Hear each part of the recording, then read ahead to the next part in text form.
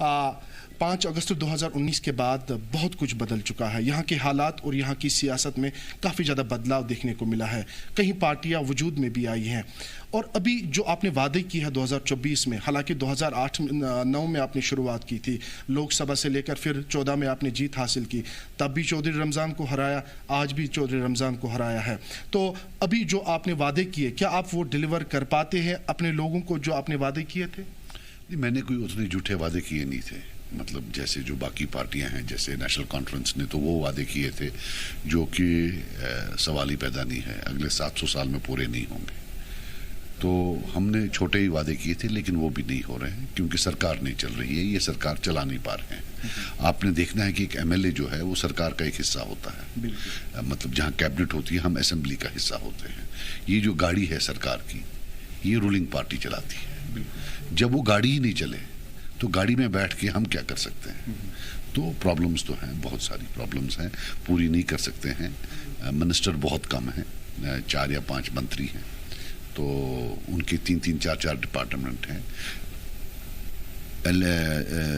LG के rule में, LG साहब के रूल में अफसर चलाते थे, आज भी वही ऑफिसर चला रहे हैं। कोई मोहर नहीं है सियासत की कि सियासतदान आ गए, वही सारे पुराने सिस्टम हैं, इसलिए प्रॉब्लम तो हो रही है।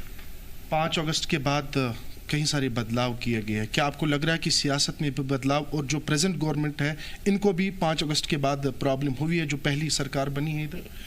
देखिए, 5 अगस्त के बाद तो सब ले गए, ये 370 ले गए, ये 35A ले गए, और उसके बाद ये स्टेट भी ले गए।